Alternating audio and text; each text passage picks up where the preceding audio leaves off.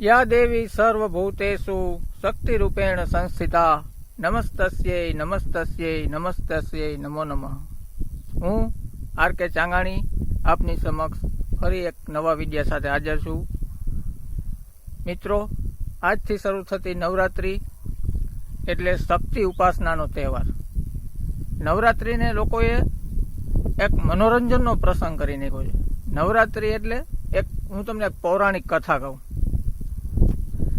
જ્યારે મહિષાસુર નામનો રાક્ષસ અતિશય પ્રભાવિત થયો હતો અને સારા માણસોને હેરાન કરતો હતો, દેવોને પણ ત્રાહિમામ પોકારાવતો હતો, ત્યારે બધા દેવતાઓએ ભેગા મળીને બ્રહ્મા, વિષ્ણુ અને મહેશની સ્તુતિ કરી.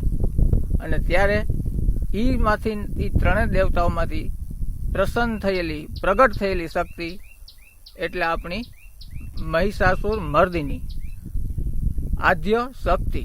અને એ 9 દિવસના યુદ્ધના અંતે મહિષાસુરને હણ્યો એટલે એને મહિષાસુર મર્દિની પણ કહેવાય.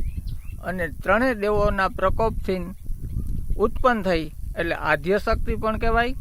અને જગતની માં છે એટલે એને જગદંબા પણ કહેવાય. મિત્રો, સારા વિચારો એમનેમ ટકતા નથી. સારા છે એટલે ન ટકે.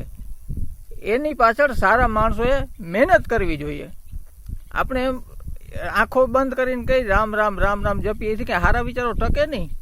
મને સારી ખબર પડી હોય તો મારે બીજાને કહેવું જોઈએ. એટલે તો આપણે સ્વાર્થી ન બનીએ. થોડોક સારો વિચાર હોય તો બીજાને કહીએ.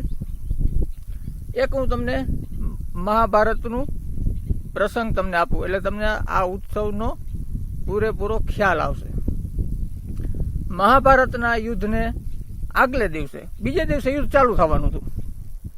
ત્યારે ભગવાન કૃષ્ણએ અર્જુનને કીધું, અર્જુન પાસે પુષ્કળ દિવ્યાસ્ત્રો હતા મિત્રો, સ્વર્ગમાંથી લાવ્યો હતો. અને હાર નામનો શબ્દ અર્જુનના શબ્દકોશમાં નહોતો. આવો યોદ્ધો અર્જુન હતો. છતાં પણ કૃષ્ણ ભગવાને કીધું, અર્જુન, આ દિવ્યાસ્ત્રો છે ને એ જગદંબાના આશીર્વાદના કવચ વિના બધા ફીકા છે. એટલે આગલે દિવસે રાતે હોય, યુદ્ધ હવાર થવાનું હતું.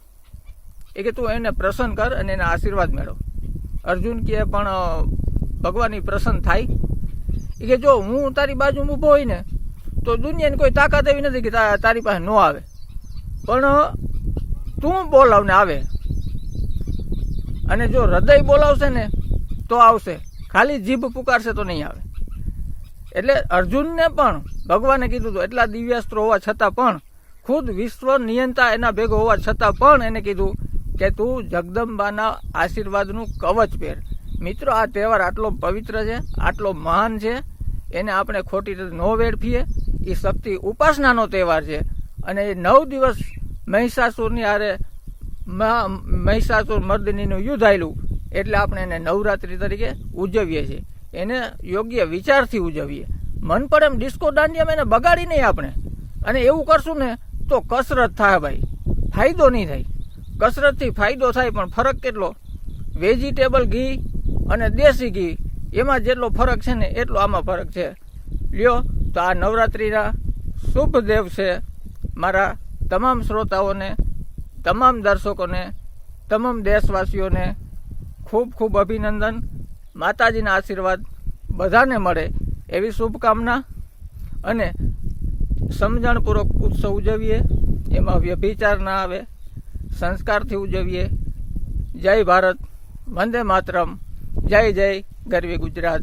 ફરી મળીશું નવા વિડીયો સાથે.